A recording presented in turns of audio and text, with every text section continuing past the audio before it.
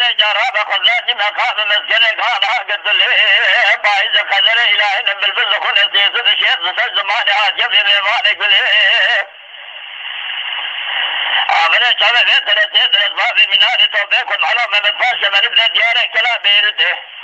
من السر ممانة درجة بابي جبرجي كلا بي مسلي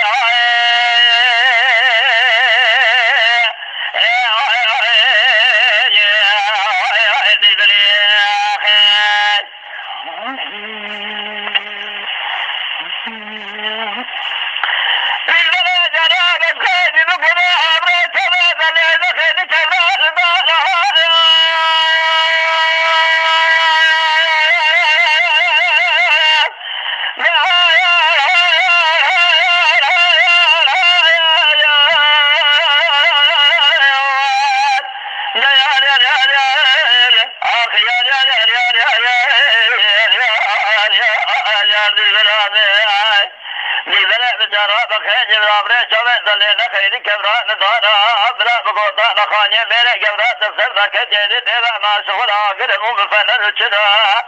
نم بالا خدای بگوتان بالا بالا کلش گورات دمار کی جخونا و حبرو حبشه و دنیا زوزاره مثل شرا واره مهاجره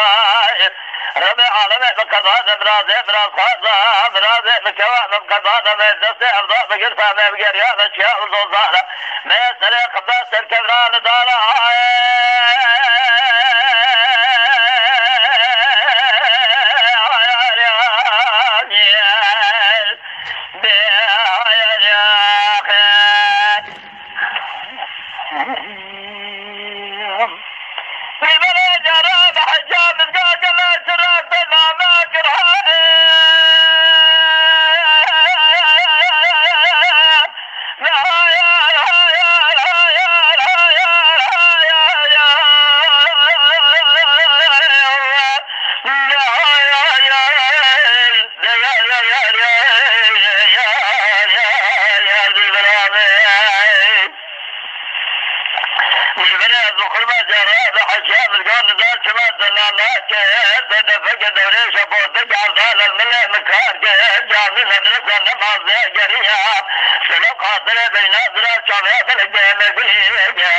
آخر عمله مقايد علمان وحي قايدة سلف الناقل